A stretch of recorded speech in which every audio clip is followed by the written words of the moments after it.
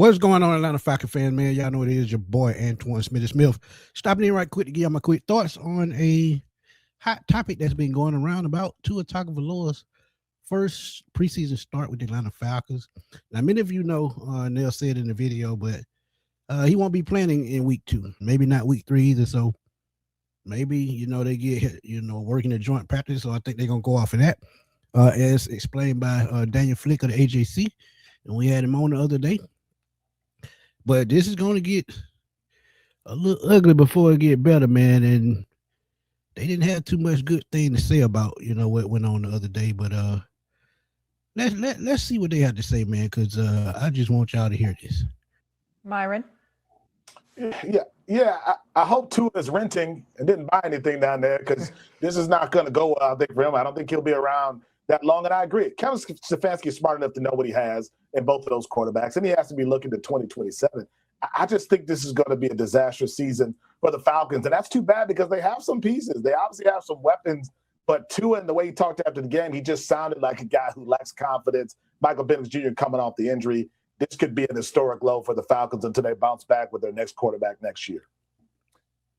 And it's crazy he said that because me and A1 were just talking about this the other day, right before this show came on the air. I've said all along, Tua may be a one and done, because you're looking for a bridge guy that can come in and help you right away. He brings that, that veteran savvy that you need to help a young quarterback such as Michael Penix. Now, I know y'all remember me saying this if y'all been following the show. I thought Tua was a bridge guy anyway, just 1 year. He was done because you just need a veteran guy to get you over the hump. Penix was recovering from a knee injury. Now I'm sitting here and, analysts and things like that say, hey, it's time for him to come back after they were pushing Tua at first. Now, don't get me wrong. People think I was pushing Tua. I was just spitting facts about I knew Mike Penix wasn't going to be ready when the regular season started. Hey, maybe I was wrong. Maybe he can come back because we've been looking over the last week. It seems like things are ramping up. And even with the interview with Cam Newton when he said, I want to be 100%. I want to have, be mentally ready. So is he mentally ready? Don't know, because the doctor have gave him clearance, say he shouldn't have another problem out of that, need the rest of his life. And that's only if it doesn't get injured again. So it's structurally fine, best he's ever been. But when you look at it, man, I agree. Didn't look like confidence. Terrible dropbacks, a lot of digging and ducking. And the craziest thing is, we asked will he get over 35 yards. He did not. So when you look at the situation, to me, it was a 1 year rental. It was a vet minimum at 1.3. So what are you losing? Nothing. But let's keep this thing going, man. Let's keep this thing going. Yeah, the note that I had from preseason game 1 was sloppy. Yeah. Everything was sloppy. I don't think we're all that surprised that this is a team that we don't have tremendous expectations for. I did expect more out of Tua.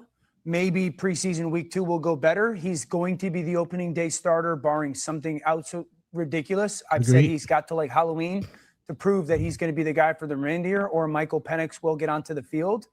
It is jarring, though, to see how in such a short period of time, this team went from signing Kirk Cousins to being like, not even just at the quarterback spot, being one, James Pierce, suspended 8 games, right. Star rusher. Jalen Walker, the other star rusher, injured. So this one from a team that we were like, whoa, they just good quarterback play away from being a real contender to being like, the quarterback spot is definitely a question mark. They're not going to be as good as they could have been this year because of those 2 pieces that are really, really, really good young players and would have been benchmarks or trademark pieces of their defense. And so I agree with the long-term vision of this team. I think there's probably 4 or 5 teams in our league that we can even right now on August 17th sit here and say, you're trying to get one of those top 3 or 5 picks for the quarterback spot next year. I would not be shocked if it now, if y'all been following me, y'all know me. Y'all know I'm not the one, and I've said this 1,000 times. I'm not in the mindset, and I don't think Matt Ryan is in the mindset of taking one season to go get a rookie quarterback next year. You have a number 8 pick on the roster right now that hasn't worked out, and it's not all his fault. So you're gonna take a step back, even with assets and a lot of cap space. You mean to tell me you're not gonna go get a superstar quarterback? Just wouldn't make sense to me. They thinking that they're going to tank, and this is the second time I've seen this in a week. Thinking the Falcons are not going to contend, thinking they're going to be a bottom 5 team in the NFL that have a top 3 pick in the draft. I just think it makes no sense. And don't get me wrong, Matt Ryan was a number 3 pick the year he came out.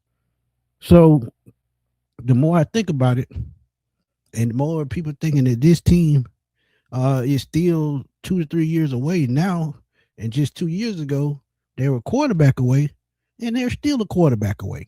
Because a lot of, even though they had injuries on defense, still got the coaches there, the same defensive coaches that can coach this defense up and still have them respectable. Then you find if you can get adequate play from the quarterback, I think you can still win the division because you still have the best player in football, Bijan Robinson. Then you have Pitts in London. All you have to do is be competitive and put up at least a certain amount of points. And I just say it. If they can put up at least 24 points a game or 26 or something like that, I feel like they have a chance to win at least 10 games. Just that simple. And the crazy thing about it that I was listening to him, and I've heard a lot of people say this. Now, I've said it. He said he's giving Tua to November to see where he at. And if that's not working out, they'll make a quarterback change. No. At the trade deadline, if we are hovering around 500 or a little bit below 500 at the trade deadline, it's going to be the move made right then and there because we need to stay on track. If Penix is ready by the time week 4 or 5 roll around and we're not ready, change is going to be made then. Why? You saw it Raheem Morris after a 63 start. Cousins should have been pulled after that Chargers game. He was not. And that kept us going in that tailspin. I don't see Stefanski making that same problem again. And Stefanski knows how it works. He was in Cleveland 7 years. Ups and downs. He learned from those. So to say that Tua is on the clock all the way to November, I'm not going to agree with that. And I don't agree with going out and get another top 3 quarterback or top 10 quarterback. Because to me, that keeps taking steps backwards.